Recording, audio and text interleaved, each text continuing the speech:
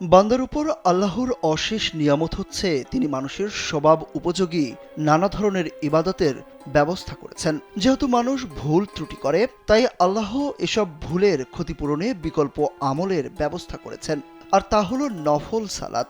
রাসূলুল্লাহ সাল্লাল্লাহু আলাইহি সাল্লাম থেকে প্রমাণিত যে নফল সালাত ফরজ সালাতের পরিপূরক। মুসল্লি যদি ফরজ সালাত পরিপূর্ণভাবে আদায় করতে না পারে, তবে নফল সালাত তার পরিপূরক হয়।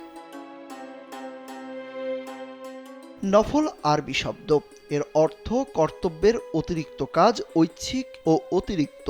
ইসলামের পরিভাষায় ফরজ ও ওয়াজিবের অতিরিক্ত ইসলামী শরীয়ত প্রবর্তিত বিধান বা বিষয়কে নফল বলা হয়।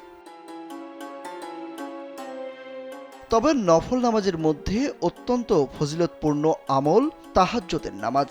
আল্লাহর নৈকট্য লাভের উপায়। ৫ ওয়াক্ত ফরজ নামাজের পর নফল নামাজ সমূহের মধ্যে সবচেয়ে বেশি ফজিলতপূর্ণ আমল এই তাহাজ্জুদের নামাজ। সহিহ মুসলিমে হযরত আবু হুরাইরা রাদিয়াল্লাহু তাআলা আনহু থেকে বর্ণিত নবীজি সাল্লাল্লাহু আলাইহি সাল্লাম ইরশাদ করেছেন, রমজানের পর রোজা রাখার উত্তম সময় মুহররম মাস, আর ফরজ নামাজের পর উত্তম নামাজ রাতের নামাজ। হযরত আবু উমামা রাদিয়াল্লাহু তাআলা আনহু থেকে সুনানে তিরমিজিতে বর্ণিত, আল্লাহর রাসূল বলেন, আপনারা কিয়ামুল লাইলের প্রতি যত্নবান হন, কারণ এই নামাজ আপনাদের পূর্ববর্তী নেক ব্যক্তিদের অভ্যাস এবং রবের নৈকট্য লাভের বিশেষ মাধ্যম, পাপরাশি মোচনকারী এবং গুনাহ থেকে বাধা প্রদানকারী। সহিহ বুখারী ও সহিহ মুসলিমে বর্ণিত আছে, হযরত আয়েশা রাদিয়াল্লাহু তাআলা আনহা বলেন, নবীজি সাল্লাল্লাহু আলাইহি সাল্লাম রাতে দাঁড়িয়ে দাঁড়িয়ে এত বেশি নামাজ পড়তেন যে তার পা ফুলে যেত। নবী সাল্লাল্লাহু আলাইহি সাল্লামের কষ্ট দেখে আয়েশা রাদিয়াল্লাহু তাআলা আনহা একদিন বললেন, হে আল্লাহর রাসূল, আপনি এত কষ্ট করছেন অথচ আপনার আগের ও পরের সমস্ত গুনাহ ক্ষমা করে দেওয়া হয়েছে।